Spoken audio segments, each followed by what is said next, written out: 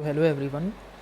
कुछ लोग मेरे से पूछ रहे थे कि आरआरबी जीबीओ स्केल 2 ऑफिसर के लिए जनरल अवेयरनेस के बारे में थोड़ा बताने के लिए। तो अभी इस वीडियो में मैं यही बताऊंगा कि जनरल अवेयरनेस का जो सेक्शन है वो कैसे डील करना है। इसमें मेनली 4 सेक्शन से आपको डील करना होगा। फर्स्ट है आपका आरबीआई और सेबी सर्कुलर्स। सेकंड है आपका फिनेंस करंट अफेयर्स। थर्ड है आपका नॉर्मल करंट अफेयर। और फोर्थ है आपका स्टैटिक बैंकिंग नॉलेज।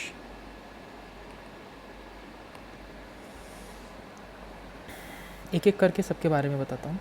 जो आरबीआई सेबी सर्कुलर्स है उसमें तो आपको कम से कम 2 to 3 मंथ्स का आपको करंट अफेयर्स करना है। और वो कहाँ से करना है? फ्रॉम यूट्यूब से आपको मंथली बेसिस पे भी कुछ टीचर्स करंट अफेयर्स पढ़ाते हैं आरबीआई सेबी सर्कुलर का, और डेली बेसिस पे भी पढ़ाते हैं और वीकली बेसिस पे भी आरबीआई सेबी सर्कुलर्स पढ़ाए जाते हैं। नहीं तो फिर आप किसी वेबसाइट से कर सकते हैं यूट्यूब के अलावा। वहाँ भी आपको 2 से 3 मंथ का ये आरबीआई सेबी सर्कुलर्स करना है। फिनेंस करंट अफेयर्स आपको कई सारी पीडीएफ आती हैं टेलीग्राम पे, वहाँ से आप कर सकते हैं या फिर किसी वेबसाइट से भी कर सकते हैं। ये भी आपको कम से कम 2 मंथ का तो करना है, 2 से 3 मंथ का।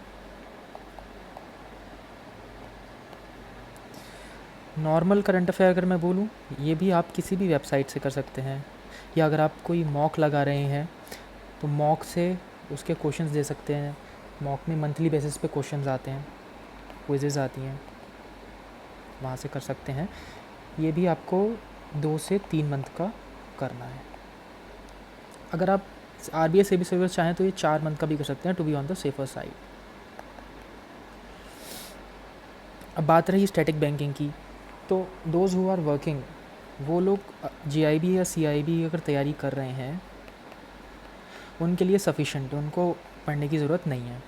लेकिन जो लोग अगर नहीं कर रहे हैं जीआईबी सीआईबी की तैयारी, वो लोग क्या कर सकते हैं, टेलीग्राम पे काफ़ी सारी पीडीएफ्स हैं स्टैटिक बैंकिंग की, तो वो आप कर सकते हैं। एटलीस्ट 2 से 3 रीड आप इसको करिए, तो आपको ऑटोमेटिकली दिमाग में सब सेट हो जाएगा।